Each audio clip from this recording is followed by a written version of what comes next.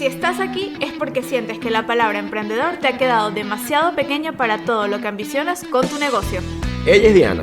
Él es Luismi. Y nosotros somos asesores gastronómicos. Nuestro trabajo es ayudarte a tener un negocio sólido, rentable Y con una cocina estratégicamente deliciosa. para que des el paso de emprendedor a empresario gastronómico. ¡Empezamos! La última y nos vamos. Hola muchachos, ¿cómo están? Bienvenidos al 9º episodio y penúltimo episodio de la primera temporada del podcast de Somos Diana y Luismi. La última y nos vamos. Exacto. Pero no estén tristes porque viene una nueva temporada, se lo decimos una vez, así que no se preocupen. Sí, va a venir una nueva temporada y vamos a tener invitados. Potenciada, va a estar súper potenciada. Pero hoy no queremos hablar de eso. No, hoy vamos a hablar de un tema, yo creo que sentimental, emocional, nostálgico y un montón de motivacional y obviamente de gastronómico. Totalmente. No puede faltar. Hoy no te queremos hablar de temas técnicos ni tampoco te queremos hablar de cómo salvar tu negocio. Sí, cómo sacar costos, cómo... No. No. O sea, vamos a tocar algunos puntos por encimita. Sí, como Sí, siempre, como obviamente. siempre, pero sobre todo de impuestos, Sí. de leyes, Sí. de reglas. Porque hoy no solamente te queremos hablar como asesores, sino también te queremos hablar como inmigrantes. Y la razón en realidad es que primero obviamente estamos llegando a un público súper amplio y tenemos que reconocer, y bueno, siempre lo decimos, el grueso de nuestra comunidad son venezolanos fuera de Venezuela. Exactamente. La gran mayoría venezolanos en Chile, en México, en Argentina, en Estados Unidos, En Colombia, en España, en España. en Colombia, exacto. Y que son personas... En Perú. Sí, en Perú, sí. Perú es una... Sí, tenemos un montón de montón en gente en Perú. Y nosotros como inmigrantes y como empresarios en el sector, nos sentimos identificados con ustedes en muchísimos aspectos. Y este episodio está dedicado a ti si tienes un negocio gastronómico y estás fuera de tu país natal. Exactamente. Ojo, también, nuestro público grueso es venezolano. Sí. Pero también tenemos muchísima gente que no es venezolana, pero también está en posiciones de migrantes. Totalmente. Entonces, eso también es para ustedes. Sí. Así que no se preocupen. Total. Así que bueno, nada. Hoy queremos hablar acerca de cómo es... ¿Cómo es abrir un negocio gastronómico fuera del país natal de uno? Porque, a ver, este es un tema que siempre conversamos entre nosotros, pero nunca lo hemos hablado como en público en general, por lo menos ahorita lo estamos compartiendo con ustedes. Y es que uno en su país está muy seguro, ¿ok? Sí. Porque al fin, entre comillas, o sea, porque al final uno conoce más gente, uno ya sabe cómo se La mueve, movida. sí, uno ya sabe la movida, ya sabe cómo se mueve todo en el país de uno, porque obviamente uno tiene toda la vida allí. Sí, digamos, en Venezuela se diría, uno ya sabe cómo se bate el cobre. Exactamente. Y por lo menos en caso de los venezolanos que tenían negocios en Venezuela, primero, antes, o que no tenían negocios, pero ya sabían cómo se batía el cobre. O sea, ya sabían cómo, a ver, si vas a comprar algo, si vas a regatear en un precio, si vas a reclamar algo, Sí, o a exacto. registrar una empresa, o registrar una marca, tú ya sabías cómo hacerlo. O sea, Sí, ya le tú- pagabas a alguien y ya. Exactamente. Sí, básicamente en Venezuela obviamente era así. Pero ya tú por lo menos sabías, o sea, si vives en Caracas, tú Sí. sabes que por lo menos en Quinta Crespo ibas y conseguías todo lo que necesitabas. Si ibas al mercado de Chacao también lo podías conseguir, cosas importadas también, pero mucho Sí. más costoso. Entonces, bueno, ya tú te sabías la movida. Pero, ¿qué pasa cuando te toca, por la razón que sea, irte de tu país y tienes dos opciones, ¿no? Aquí hay dos grandes tipos de empresarios gastronómicos. Las personas que tenían en su país de origen un negocio gastronómico previo y que deciden llevárselo, trasladarlo a este nuevo país de origen, que no es el suyo, y las personas que estando en este nuevo país por una razón X o Y, bien sea por motivos de rebusque o porque se les dio la oportunidad Porque están cansados de los horarios o de los trabajos que uno hace como inmigrantes. como inmigrante, O sea, exactamente. al final nosotros cuando llegamos aquí a Italia, queríamos trabajar en restaurantes de este lado, tú trabajas 15 horas al día. Sí, Y yo trabajaba como 14 horas al día. sí, sí. O sea, al final Es una parabas vida todo el muy día. dura. No, lo increíble es que yo tengo en el teléfono, yo tengo la aplicación de Google Fit, ¿no? Que cuenta los pasos y todo eso. Lo increíble es que yo completaba mi reto, mi meta al mediodía. Sí, O sea, eran de las 9 de la 13.000 mañana hasta al mediodía, 1 de la 1 de tarde, la tarde. había hecho 13.000 pasos. Ujú. Porque él estaba súper flaco. Y todavía, aunque no lo crean, Luis Miguel estaba flaco Sí, en estaba esa flaco. época. Y todavía quedaba la Toda, mitad del día, sí. la mitad del día y, Más toda la noche. más casi toda la noche. O bueno, a las 2:30 de la madrugada era que llegábamos a casa, ¿no? Sí. Aproximadamente. Pero bueno, nosotros también te queremos contar esta historia desde una óptica muy personal y seguramente van a salir muchísimas anécdotas personales nuestras en las que quizás te puedas sentir identificado o identificada y puedas ver, ¿no? Lo que implica. Y obviamente aquí también vamos a robar muchas experiencias que hemos visto con nuestros asesorados, sí. porque el grueso de nuestros asesorados también son venezolanos que tienen negocios fuera de Venezuela. Sí, y además que, o sea, cuando comenzamos a trabajar con los asesorados, cuando ya prácticamente entramos en confianza y todo lo demás, porque, a ver, no es que nosotros no somos asesores así encorbatados, Sí. cara de culos, pues, no. Para Ya nada. se habrán dado cuenta que ese no es No nuestro es estilo. nuestro estilo, no somos así. Somos además muy amigables, nos gusta conversar, nos gusta escucharlos. Y nos encanta mandar notas de voz Sí, larguísimas. Entonces, obviamente, llega un punto donde los asesorados nos comienzan a contar el por qué crean el negocio. Y muchas veces es por este mismo tema que estamos hablando ahorita. Ojo, el Que- porqué real, no Sí, el porqué real. de las redes sociales, No, no, que no, me no. encanta la gastronomía, No, es no, mi no, no, no. pasión y este es mi sueño. No, el No. porqué real. Sí, porque al final, o sea, mucha gente trabaja por sueldos muy bajos que se les consume la vida en tiempo Sí. y al final no tienen vida. Entonces llegas y te preguntas, coño, me fui de mi país para tener un sueldo de mierda, para trabajar 16 horas al día y no vivir. Entonces, ¿qué coño estoy haciendo aquí? O sea, Exactamente. entonces no es... Entonces ahí es como el motivador o el punto Big Bang que hace explotar a las personas y dice, ¿sabes qué? Monto algo mío. Exacto. Ese es como dijimos hace unos episodios, el punto de quiebre. El punto de quiebre. El punto de quiebre es como ese lugar muy oscuro en el que te encuentras antes de dar un gran paso, antes de tomar una gran decisión. Para muchos obviamente ha sido el tema pues del negocio gastronómico. Como les decía, hay dos tipos de personas. Están los que se trasladan sus negocios previos y están las personas que de la nada, pues a raíz de muchas de estas cosas o reúnen una cantidad de dinero y deciden como montar un negocio gastronómico, ¿no? Sí, eso se ve mucho también.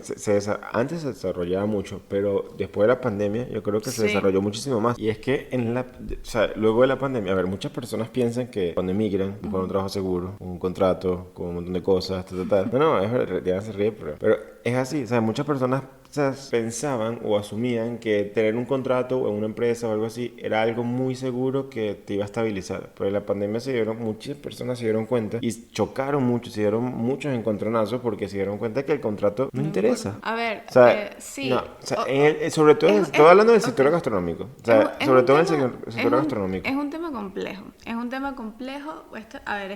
Como les dijimos, este episodio va a ser muy íntimo en el sentido de que son muchas ideas muy, muy personales que estamos compartiendo hoy contigo. Esto es una idea que debatimos mucho Luis Miguel y yo. Y es el tema de que, bueno, para Luis Miguel la vida se basa, o digamos como que, no voy a decir la gran meta, pero su vida se basa en un tema de controlar tu propio tiempo, de ser tu propio jefe, ¿no? Y de tener ese beneficio, ok. Sí, porque Yo al soy final un la vida poco- es una. Ok, yo soy un poco, digamos, yo he vivido ambos mundos y digamos que sí, me gusta el tema de ser jefa de mi vida en todo lo que eso abarca, pero evidentemente, a ver, no critico a la gente que quiera un contrato, ¿ok? No, es que no estoy criticando a la gente que quiere un contrato. O sea, cada quien es amo de su destino, cada quien hace lo que ellos piensan que es mejor para su vida. Solo que en la pandemia Sí. y la gastronomía, estoy hablando de la gastronomía, no me interesan las demás Arias. áreas. O sea, volvió ñoña a muchísima gente. Ah, claro, por O supuesto. sea, él las dejó guindando. Sí, porque claro, obviamente la pandemia demostró O sea, que definitivamente en esta vida, por si no lo sabías todavía, no existe absolutamente nada seguro. Nada Ni seguro. en gastronomía ni en ninguna otra área, digamos, como del comercio en Entonces, general. para estar, a ver, entonces mi filosofía, ¿cuál es? Prefiero estar guindando por mis propias acciones,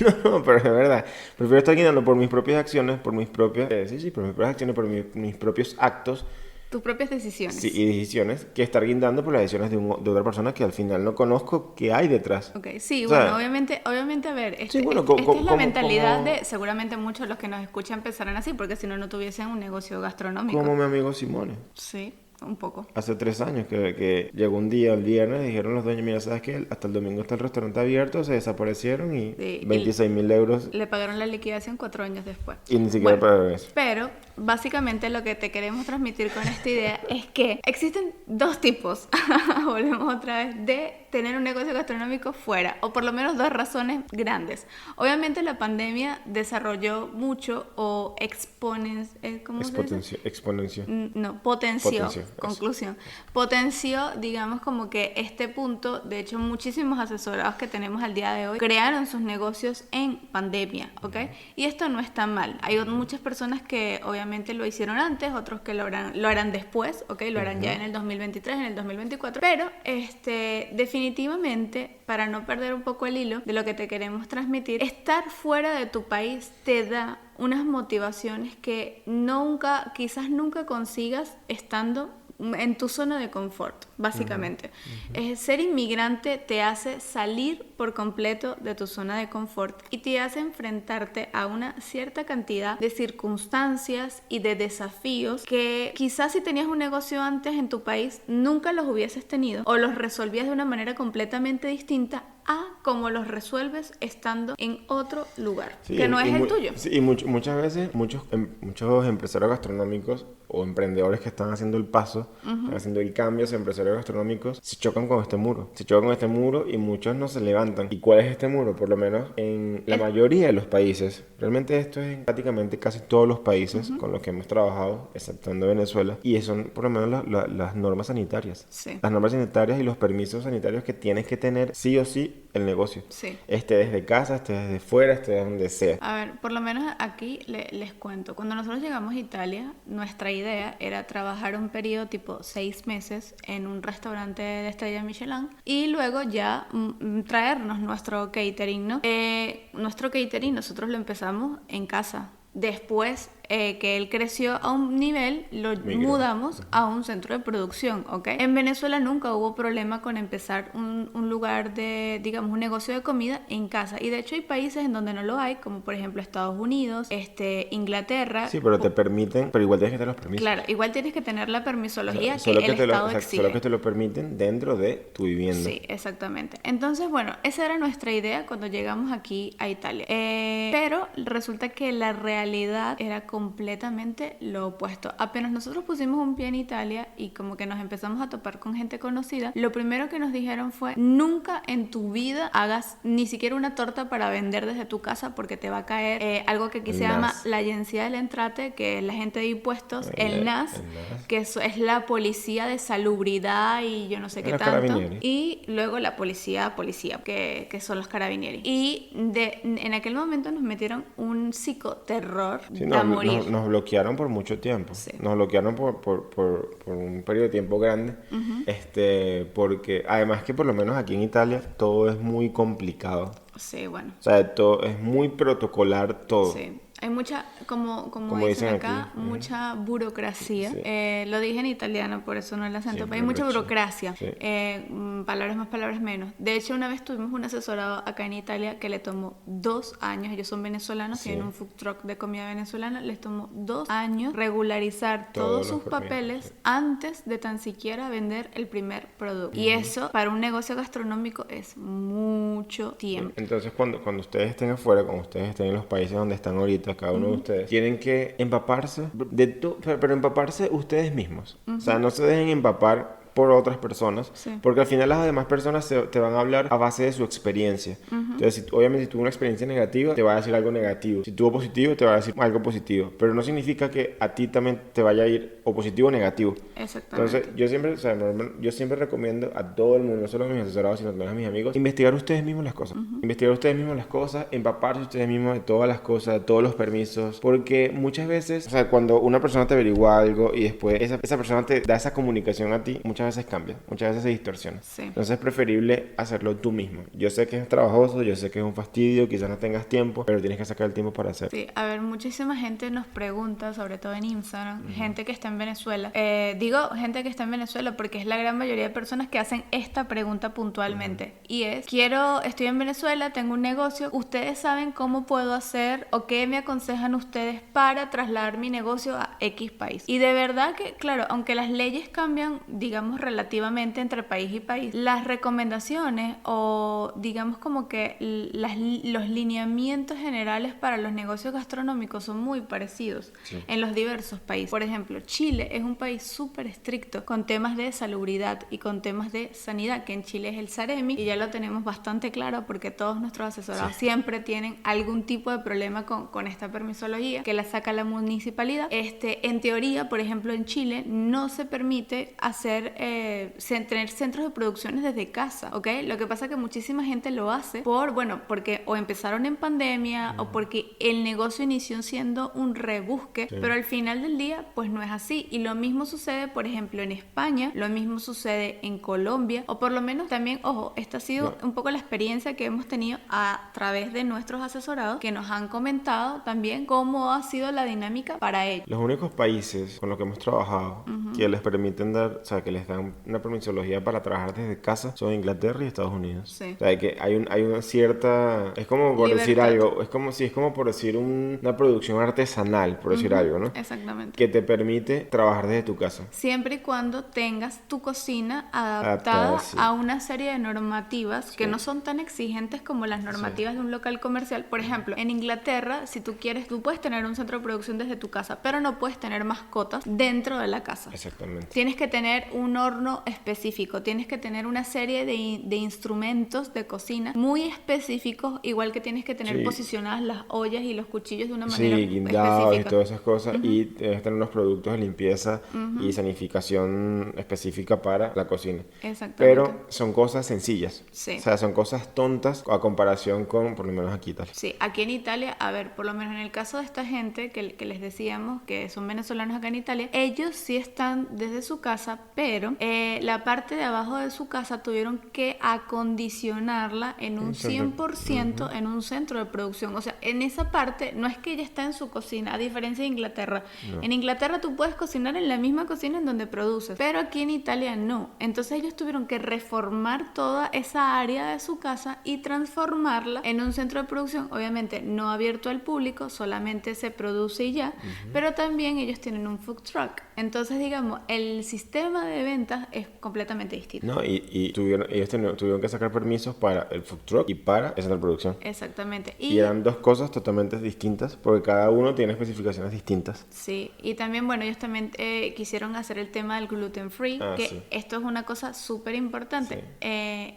Hay quizás países, yo nombro Venezuela porque es, digamos, en el que más tengo experiencia con este tema, en donde la palabra gluten free es como demasiado popular y todo el mundo la utiliza y es como, sí, gluten free. En realidad, para tú poder decir gluten free y poder decir que un producto es gluten free, por lo menos estoy hablando de Estados Unidos y de Europa, aunque hay restaurantes, incluso restaurantes estelados que no respetan esto que les voy a decir. Muchísimos. Que son la gran mayoría, la verdad. Pero legalmente hablando, si tú colocas en tu menú que tienes un producto gluten free y no tienes el aval de la Asociación Internacional de Gluten Free, a ti te pueden meter una multa, incluso te pueden llegar a cerrar el restaurante, ¿ok? Estoy hablando de Estados Unidos y de Europa. ¿Por qué? Porque estamos hablando de alergénicos y esto es una cosa que quizás pueda aplicar también en México, en Chile, en Argentina, en otros países de América Latina. Y que al final puedes matar a las personas. Totalmente. O sea, hay personas que son celíacas, que solamente se les irrita el colon y digamos como que pasan un mal día o una mala noche. Pero hay personas que pueden llegar a morir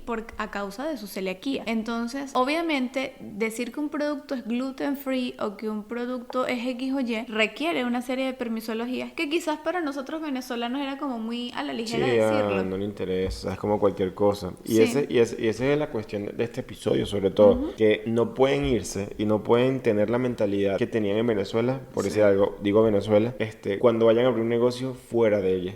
Porque se van a caer. Sí, van a tener un gran impacto. Van a tener un gran impacto, pueden caer en multas, pueden encerrar locales, porque están en un país país donde realmente las cosas funcionan. Y aunque en Venezuela está el punto de sanidad, está todo eso, pero hay demasiada corrupción. Hay muchísima corrupción que al final pagas todo. Sí. Pagas todo y te dan los permisos y tal.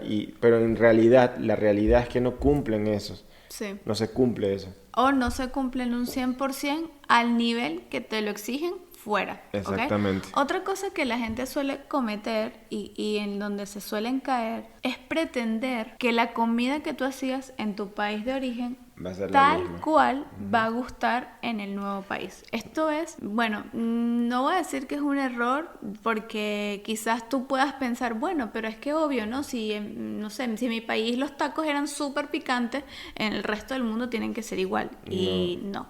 No, o sea, ustedes tienen que adaptarse y tienen que comenzar, pues como siempre les comentamos, pues tienen que empaparse de la cultura en donde están. No es que van a cambiar su oferta gastronómica, no es que van a cambiar todos sus platos, pero sí los puntos de sal, los puntos de pimienta, los puntos dulces, todo eso. Los ingredientes que más gustan, los ingredientes que no gustan. Y los ingredientes de estación. Y sí, sobre todo, por lo menos aquí, por lo menos en Venezuela. Sobre esto va como para Europa en general. España se sale un poco porque España utiliza bastante esto, pero por lo menos Italia, Francia no. Y es el cilantro. Sí. O sea, el cilantro aquí lo detestan. O sea, se utiliza en muy pocas, en preparaciones latinas. Que aquí, o sea, por cierto, aquí en Italia, por ejemplo, a todas las preparaciones latinas y caribeñas le dicen étnicas. Les llaman preparaciones étnicas. Madre. Que, bueno, a mí no es que me encanta. A mí no me encanta. Pero bueno, lo he aprendido a aceptar. A mí no me encanta esa vaina. Es estúpida. Es como si, porque uno dice las pastas y la pizza, no sé. Preparaciones europeas. Sí, pero... Lo que pasa es que no te gusta el étnico. Tribus antiguas, le voy a decir ahora. De las tribus antiguas. Sí, pero bueno, aquí estamos divagando. Estos son debates internos, señores, que nosotros siempre nos hacemos, solamente que los compartimos. Sí. Entonces, se me fue el hilo. ¿Viste? El cilantro. El cilantro. Entonces, por lo menos, si ustedes vienen para acá y hacen una comida, así sea venezolana, así sea criolla, y le echan un cerro de cilantro o un cerro de ají dulce, no les va a gustar. No van a calar. O sea, exacto, no van a calar. Por lo menos aquí hay un food truck que se llama El Caminante, que es un venezolano. Que es súper famoso. Súper famoso. Ya tiene un camión, 2 bicicletas, como tipo, o sea, es una bicicleta que adelante tiene una plancha y tiene su estilo. Al final él lo ha adaptado todo a aquí. Al estilo, sí. Porque su clientela es italiana, su clientela no es latina. Sí, los latinos le compran, pero aparte no que es su aquí clientela. la cantidad de venezolanos que hay en Italia en comparación a otros países es cero. Es mínima, es mínima. Y la mayoría están en el sur. Sí. Y, ojo, aquí en Italia, digamos, sí, hay tequeños, puedes conseguir tequeños no industrializados, o sea, no en un supermercado, tienes que comprárselo a alguien. Y son carísimos. Y son súper caros. Valen 50 euros. Sí, son súper caros porque la materia prima es carísima. Sí. Esta es otra cosa, por lo menos hacia Salerno, un poco más abajo, en Campania, hay una gente también venezolana, que por cierto nos siguen en Instagram. Ellos hacen tequeños. Ahorita vi que abrió otra gente venezolana. ¿Quién? Caracas, no sé qué vaina. ¿Ah, sí? Sí, una cosa de arepas. Poco a poco. Por allá, por Calabria. Sí, en el sur hay un montón de gente venezolana. En el norte, la verdad, hay súper pocos. Bueno, esta gente que hace tequeños, ¿no? Obviamente cuando yo lo vi, yo dije, no, tengo que pedir estos tequeños, aparte que se vean súper lindos. Y cuando... el transporte, cuando ¿no? me dijeron el transporte... Sí, esto es importante.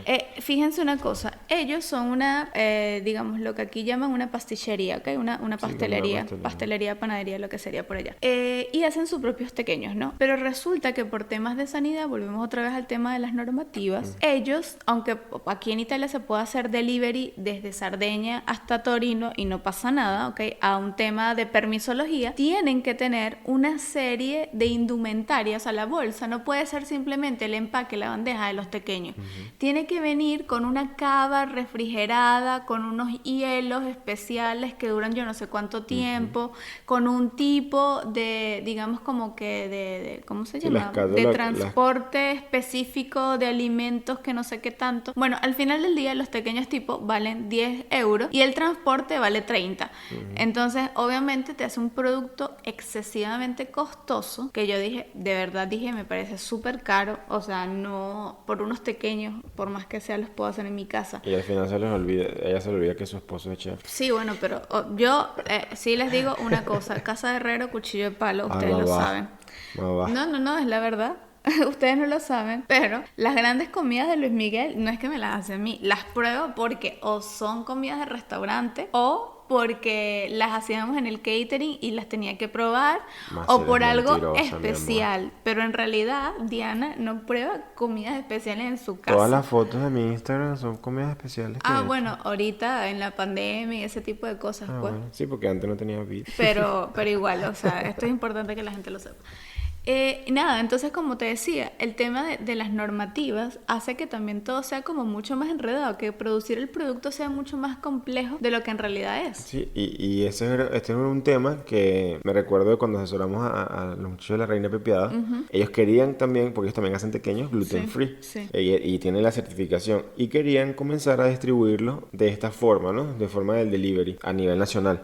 Y uno de los impedimentos era eso, porque la permisología para sacar eso, para tener ese como que ese sello de poder no exportar, sino movilizar ese producto a nivel nacional por toda Italia, tardaba un montón, me recuerdo. Tardaban 8 meses en sacarlo, tenía que... Es un montón, era un montón de tiempo. No solo eso, sino también era un tema de transporte, de que tenía que tener una cadena de frío ininterrumpida, porque si luego esa cadena de frío se interrumpe, en el caso de los pequeños no es que se daña, porque a ver, aquí cadena de frío se llama, y lo que en muchos países también se llama lo mismo, es que el producto no puede bajar de menos 18 grados. Es decir, si tú tienes un producto que te llegó a tu centro de producción en menos 19 grados, se considera que la cadena de frío se ha roto, ¿ok? Entonces ese producto puede entrar... Sí, pero si va para arriba no hay tanto problema. No, bueno, perdón, sería menos 17. Exacto. Esa cadena de frío se ha roto y obviamente pues puede ser que el producto esté dañado. Por 1 grado no se va a dañar, pero las normas a nivel europeo y también en Estados Unidos son súper exigentes. Por lo menos aquí, por ponerles un ejemplo, que es algo que ustedes también deberían hacer en estos países que son tan exigentes con las normativas, sobre todo con las normativas sanitarias, es que por lo menos yo en el restaurante cuando llego tengo que anotar la temperatura de todos los neveras, de todos los frigos, de todos los cavafrigos, no sé qué van a dar, en un documento que es del NAS. O sea, al final, ¿por qué? Porque hacen inspecciones a lo loco. Un día te pueden llegar, mira, para hacer una inspección, y si tú no tienes nada de eso, adiós. Sí, igual te como llamabas. algo que se llama la trashabilidad, que en realidad es como la rastreabilidad. Sí. El rastreo del producto de la materia prima. O sea, de dónde viene, cuánto tiempo ha estado en tu frigo, quién te lo dio, todo eso se tiene que hacer. Y de hecho creo que en Chile también lo exigen. Sí, igual, no sé si los restaurantes lo hacen, pero en Chile también lo exigen. Igual que las batidoras. Sí. O sea, por lo menos aquí hay una exigencia, te lo exige la ley. O sea, cuando tú tienes un negocio gastronómico, tienes que tener un producto que se llama la batidora. La batidora es como un horno, pero a la inversa. Te congela a menos 40 grados, menos 40, y unos que llegan a menos 60 grados. O sea, básicamente te congela todo inmediatamente. Entonces no permite que, por lo menos los pescados, cuando son frescos, antes de poder utilizarse, tienen que pasar por la batidora. Tienen que congelarse a menos 40 grados y después lo puedes descongelar y utilizar. Exactamente. Si no, lo puedes hacer. Entonces, El rastreo, la trachabilidad, te dice, básicamente, todos los productos aquí lo tienen que tener, las grandes industrias las tienen que tener. Y básicamente es un billetico que te dice si cuántas veces ha sido congelado, si ha congelado, si no ha sido congelado, o sea, cuánto tiempo dura, de dónde viene, por lo menos las tallatas, que son, ¿cómo se llaman? Las carnes, los filetos. El solomo, que son las tallatas. El solomo, el fileto, que es el lomito, todo eso. Por lo menos hay muchos que vienen de Irlanda. Entonces te dicen el número de la vaca, de la vaca, si es vaca, si es vitelo, si es... O sea, vitelo es el vaca chiquitica, la bebé. O sea, entonces te dice absolutamente todo. Sí, obviamente esto, digamos, diciéndoselos, ustedes dirán, wow, esto es demasiado, y da como miedito hacerlo, pero la razón por la cual se los queremos contar es no para que les dé miedo, sino al contrario. Sino para que lo tengan presente, para que estén un paso más adelante. Exactamente, para que lo tengan presente y para que puedan entender mejor cómo manejarse o cómo deberían de gestionar a nivel interno su negocio. ¿Qué sucede? Obviamente todo esto se lleva en paralelo a la estructura de costo, la distribución del precio, el manejo del inventario. O sea, todas estas cosas suceden en el mismo momento, ¿ok? Obviamente quizás puedas pensar, bueno, pero es que me divido en 20.000. Sí, en cierta medida sí te tienes que dividir en 20.000 porque cuando ya estás en un local físico o estás en un saliste del negro, pues, o sea, saliste de la clandestinidad.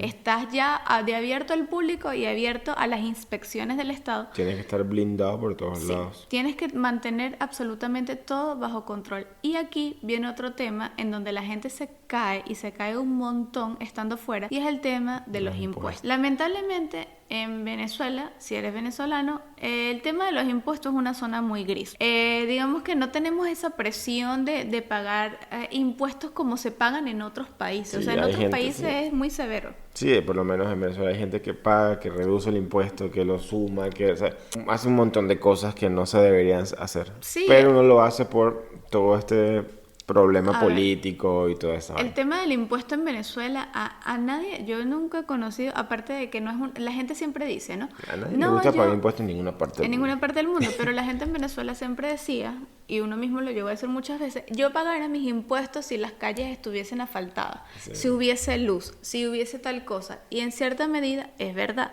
pero estando fuera existen todos esos tipos de servicios que obviamente sí te permiten pagar tus impuestos de manera correcta. El detalle está en que los impuestos siempre llegan como un puñetazo en la cara. O sea, nunca lo viste venir. Cuando no tienes la distribución del presidente. Sí. ¿Por qué? Porque la gente, la gran mayoría, lo que hace es que vende un producto, lo que sea que haya vendido, y todo eso, para el bolsillo. Exactamente. Y en verdad no, o sea, tú tienes que pagar impuestos sobre la renta, tienes que pagar IVA, tienes que pagar tasas municipales, tasas por el tema de la sanidad, o sea, tienes que pagar 1.000.000 de impuestos. Sí. Por eso los productos fuera son tan costosos, porque toda la cantidad de impuestos que tienen que pagar detrás es brutal. Sí, y por eso también es el aumento de los precios cuando tan abrupto cuando sales de casa a un local comercial.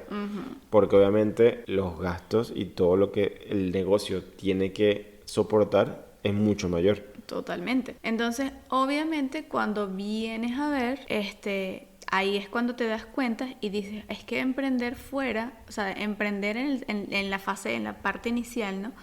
No es rentable o no es tan rentable como en Venezuela. En Venezuela hacía más dinero. El problema es que obviamente hacías más dinero porque disminuías impuestos, Sí. dejabas de pagar un montón de cosas. En Venezuela tampoco Y es que hacías habían dinero tantas muy tasas rápido. O sea, Sí. y esa es la sensación. No, es que en Venezuela se hace plata. Sí, en todos los países del planeta haces plata. Sí. O sea, los chinos van a hacer plata ahorita en Afganistán. Sí. O sea, en cualquier país se puedes hace hacer dinero. A ver, nosotros siempre somos del criterio de que la gente tiene la falsa creencia de que en Venezuela se hace plata y en el resto del mundo no. Lamentablemente en la, ¿cómo se llama? La revista Forbes. En la Forbes no hay venezolanos. O sea, está Lorenzo Mendoza del puesto número 500 no sé cuánto. O sea, lamentablemente los número 1 están en otros países. En el resto del mundo también se puede hacer dinero. Simplemente que tienes que tenerlo más bajo control. Más bajo control. O sea, de saber todo. Por lo menos aquí en Italia las tasas son gigantes. Sí. O sea, aquí el IVA es del 23%, del 22%. Los impuestos que tienes que pagar al Estado son enormes. O sea, Sí. te quitan el 35%, 40%, dependiendo de tus ingresos, dependiendo. Entonces, obviamente aquí Italia es como, Es complicated. Sí, es complicado. O sea, Italia porque es un país complicado para las personas que quieran hacer negocios, pero es posible. Es posible. O sea, existe gente que lo hace hace. negocios digitales, por ejemplo, y son multimillonarios. Existen familias que tienen años en restauración y son súper millonarios. Digamos, no es que es imposible, se puede hacer, solamente que obviamente tienes que ser mucho más cuidadoso al momento de cuidar tus números. Sí, porque las represalias, si llegas a pagar, si llegan a descubrir que no pagaste un impuesto, una tasa, un permiso, o la renovación de un permiso, Sí, estás arruinado. básicamente la multa que te va a caer es brutal. Sí. Entonces, obviamente, estos son temas que sí, quizás lo sepas por un tema de que siempre ha existido esta cosa de el resto del mundo funciona menos Venezuela. Sí, pero lo que tienen que entender es que la gente, muchos de ustedes no le dan la importancia necesaria, la importancia que requieren estos temas tan importantes, valga la redundancia. Sí, y otra cosa que también sucede ya cuando estamos hablando de temas legales, es que al final del día, como inmigrante, siempre existe ese temor de reclamar, de no, digamos como que de no querer meterse en problemas, de no Sí, de no querer llamar hacer... la atención, Ujú. de no llamar la atención, porque muchas veces, hasta nosotros mismos al inicio, Sí. era como, no, ¿sabes qué? No voy a pedir esto porque no, me da miedo. O viene la policía y tú, ¿y qué? ¿Pero por qué? Si yo tengo todas mis residencias, mis papeles, tengo todas mis vainas. O sea, Sí, al final al del día final eres un ciudadano. eres un Sí, la única ciudadano. cosa es que no votas, pues. Sí, pero al final eres un ciudadano legal, normal. Que Exactamente. tienes también todos tus derechos en ese país. Exactamente. Entonces, quizás también por este miedo nos hemos encontrado, ustedes no tienen la cantidad de veces, porque ya lo hemos visto muchas veces, específicamente 3 veces, ¿no? Pero para nosotros es mucho porque ha sido en el periodo de menos de un año de estafas, sobre todo en Chile. en Chile. Bueno, el paquete chileno, ya nosotros entendemos de dónde viene ese nombre Sí. de paquete chileno, porque El paquete Chile no existe y es Mamma real. mía. De verdad, si estás en Chile, cuando te vayas a ir a una dark kitchen, porque siempre les ha pasado a las personas o que están buscando una dark kitchen o que pasan de su casa a la dark kitchen. Sí. Atención, por favor. lean bien todo, lean bien los contratos, sean fastidiosos, sean exigentes, porque, a ver, ustedes son empresarios.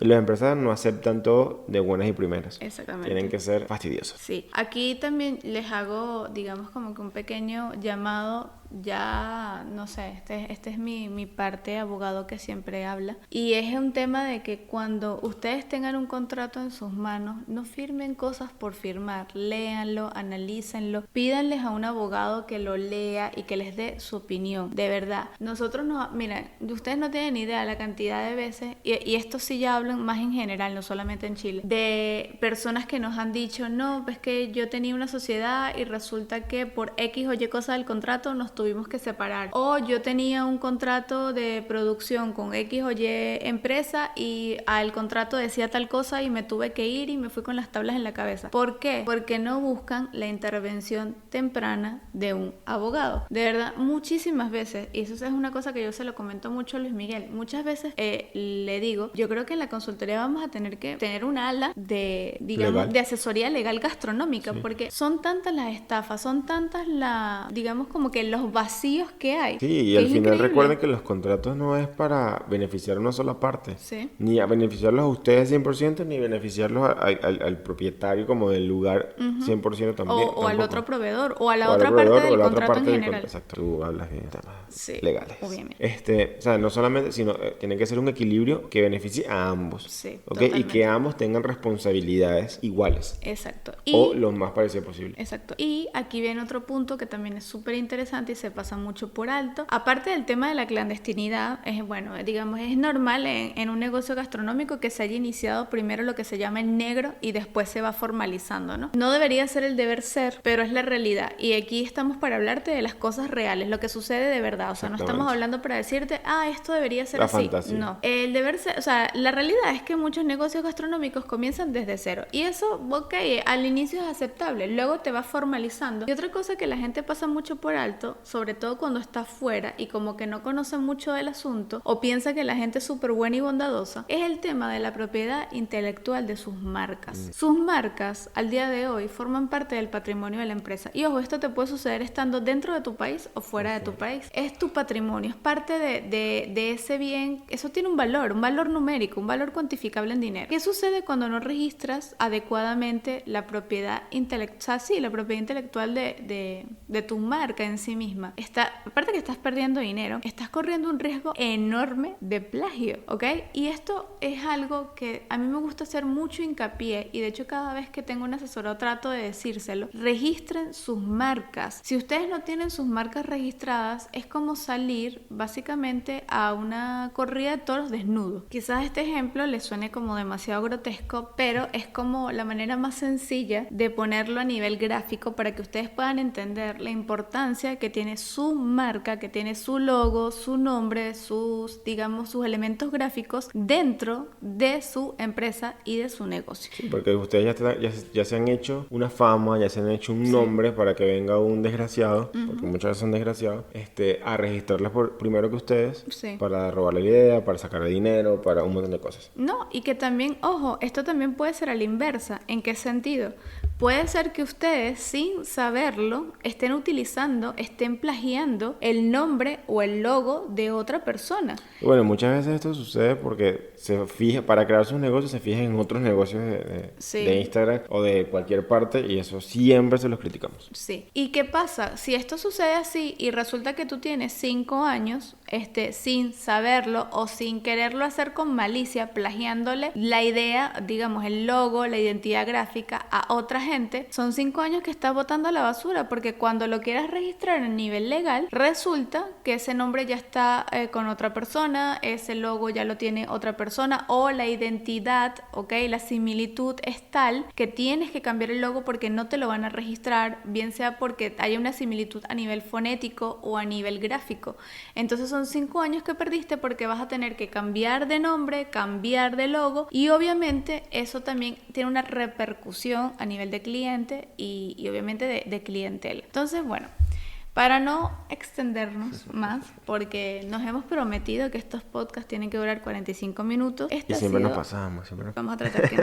Esta básicamente ha sido nuestra experiencia y nuestras preocupaciones. Sí, y es lo que les recomendamos con este episodio. O sea, son cosas que pasan por alto porque piensan que son cualquier cosa, son cosas sencillas. Si en mi país lo hice, aquí también lo hago. Y sí lo puedes hacer afuera también. Tienes toda la capacidad y tienes muchas más herramientas y oportunidades fuera todavía. Pero tienen que tapar todas estas cositas. Sí. Tomar en cuenta todas estas cosas que le hemos comentado hoy porque de verdad pueden dañar un negocio. Le pueden dañar el negocio. Sí. Sea la propiedad intelectual, sea por los impuestos, sea por las normas sanitarias, pueden dañar su negocio. Sí. Básicamente lo que queremos que te lleves de este episodio es que antes de crear tu negocio en ese país distinto en el que estás, que es diferente a tu zona de confort, investiga y vuelve a investigar. Empápate por ti mismo de cuáles son todas las medidas, asesórate con personas que sepan lo que están haciendo y que sean nativas del país. Sí. Abogados, asesores fiscales,